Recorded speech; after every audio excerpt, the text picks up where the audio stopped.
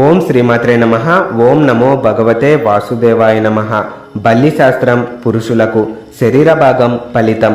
వీపుపై కుడి భాగాన పడితే రాజభయం, మోచేయిపై పడితే డబ్బు నష్టం, మణికట్టుపై పడితే అలంకార ప్రాప్తి, వ్రేళ్లపై పడితే అనుకోకుండా బంధువులు లేదా స్నేహితుల రాక, కుడి భుజాన పడితే కష్టాలు సమస్యలు, ఎడమ భుజంపై పడితే 10 మందిలో అగౌరవం, తొడలపై పడితే వస్త్రనాశనం వస్తునాశనం, పాదములపై పడితే ప్రయాణాలు ఫలిస్తాయి, కాలివ్రేళ్లపై పడితే అనారోగ్య సమస్యలు, తలభాగాన పడితే మరణ భయం, ముఖంపై పడితే ఆర్థిక సమస్యలు తొలగి లాభాల బాట పడతారు, ఎడమ కన్నుపై పడితే అంతా శుభమే జరుగుతుంది, కుడి కన్నుపై పడితే చేసే పని విజయవంతం కాదు, అపజయం కలుగుతుంది, నుదురుపై పడితే సమస్యలలో చిక్కుకోవడం విడిపోవడం, కుడి చెంపపై పడితే బాధలు పడటం, ఎడమ చెవిపై పడితే ఆదాయం బాగా వస్తుంది, లాభము కలుగుతుంది, పై పెదవిపై పడితే కలహాలు వెంటపడతాయి, కింది పెదవిపై పడితే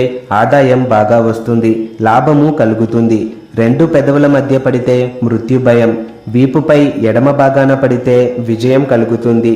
బల్లి దోషం పోవడానికి పండితులు ఒక సలహా ఇచ్చారు. తమిళనాడులోని కంచి కామేశ్వరి ఆలయంలోని బంగారు బల్లిని తాకి దర్శనం చేసుకుంటే ఎంతటి దోషమైనా తొలగిపోతుందని అన్నారు.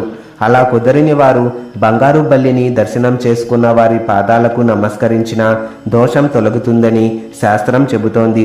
ధన్యవాదాలు. వీడియో నచ్చితే ఒక లైక్ కొట్టి అందరికీ షేర్ చేయండి.